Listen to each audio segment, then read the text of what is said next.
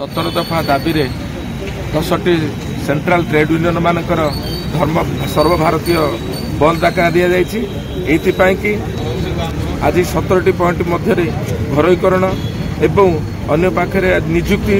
आज जो आउटसोर्स कर बड़ बड़ कंपानी मैंने आउटसोर्स बर्तमान करदे से प्रसंग में आम दृढ़ विरोध करुँ एवं विभिन्न प्रसंग में आम आहरी शिक्षार घरोईकरण आपणकर कोर लेबर कोड इत्यादि को आम विरोध करुँ सरकार को आम आशा कर सचेई दौ आम सूचई दौचु जे एटलिस्ट यही माध्यम भारत बंद यही दौचु तार मत परिवर्तन करूँ श्रमिक स्वार्थ कार्यक्रम करूँ। जो सारा भारत धर्मघट चली सारा भारत बंद हो 10टी केंद्रीय श्रमिक संगठन जो बंद डाका देइछंती विशेषकर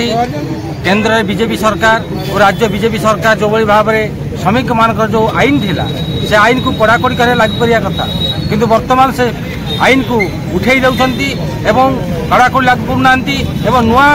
आईन नुआ कोड सब लागू करछंती एही 3टी श्रम कोड आनिछंती जहाँ श्रमिक मानकर भविष्य और अंधकार हबो मालिक मान को शोषण करिवार समस्त रास्ता परिष्कार हबो तेणु आम आज यही धर्मघट डाका देइछु। देखंतु 10 कोटी केंद्रीय श्रमिक संगठन डाकरा रे आज सर्वभारतीय स्तर रे ये जो सरकार जो श्रमिक विरोधी जनविरोधी नीति विरुद्ध रे बीएमएस संगठन को छाड़देले आउ 10टी श्रमिक संगठन आज सारा भारत वर्ष में धर्मघट डाकरा देछि।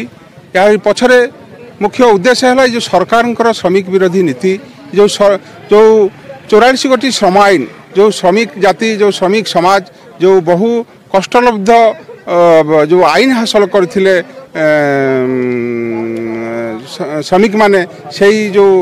कष्टलब्ध आईन को से प्रत्याहत करने जाउछंती एवं ता बदल में 4टी श्रम कोड से आनिया को जाउछंती से ऑलरेडी 2020 मसीह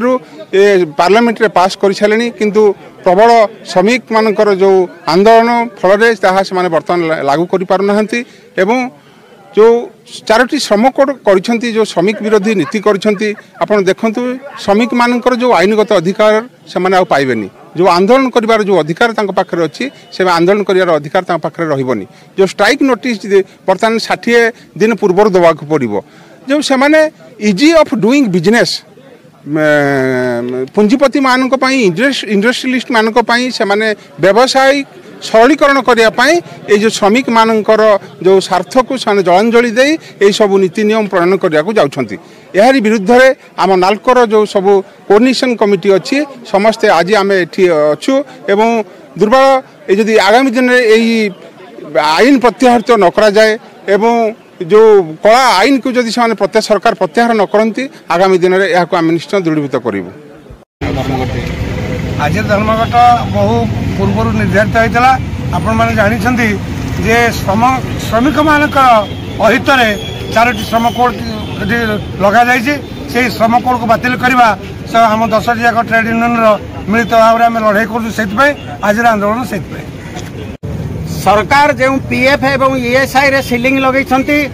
बढ़ातु एवं पीएफ रो सर्वनिम्न पेंशन जहाँ रखिछंती ताकू आम दाबी अनुजाई अति कम 5,000 टका करंतु एवं श्रमिक मानकर जो माने कॉन्ट्रैक्चुअल लेबर तांकर सर्वनिम्न जो मजदूरी 26,000 टका मासकू रखंतु यह हेउछ हमर दाबी। श्रमिक मानक स्वार्थ पई आमे जो आईन जो अधिकार पाइथिलु 84 श्रम कोड यही 84 श्रम कोड रु 15टी श्रम कोड को संपूर्ण भाव में ये जन विरोधी सरकार उच्छेद करिछि आ जो 29टी श्रम कोड रहिला याकू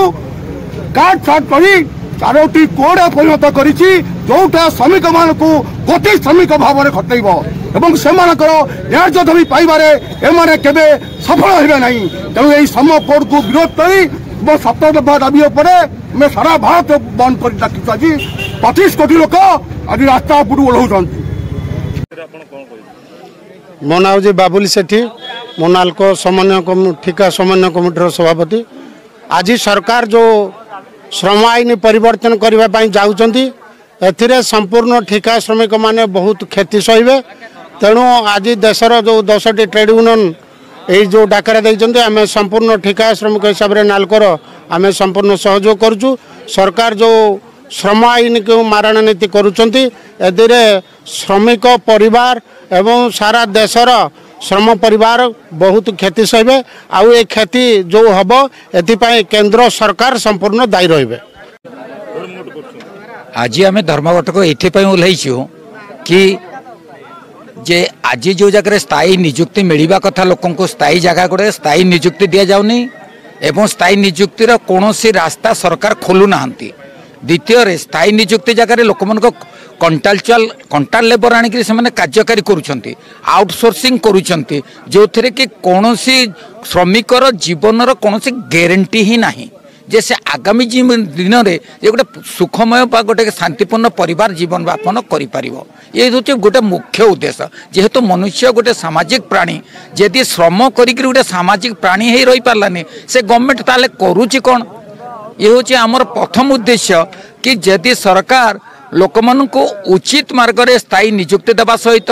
ठिका श्रमिक उचित न्याय देवा दरकार किंतु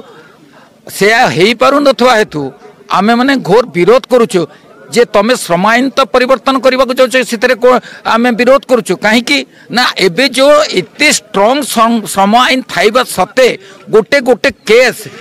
को लेबर कोर्ट रे ट्रिब्यूनल रे 20 वर्ष 30 वर्ष तक तुम कंटिन्यू करी समाधान करि पारुन काली जदि तुम श्रम आईन को परिवर्तन करिवो ताले तुम तो काहारी को किछि प्रकार न्याय देवार उद्देश्य ही नहीं सरकार तेणुक आमर घोर विरोध करवा ही एकमात्र रास्ता है आम रास्ता को ओह्लैचु।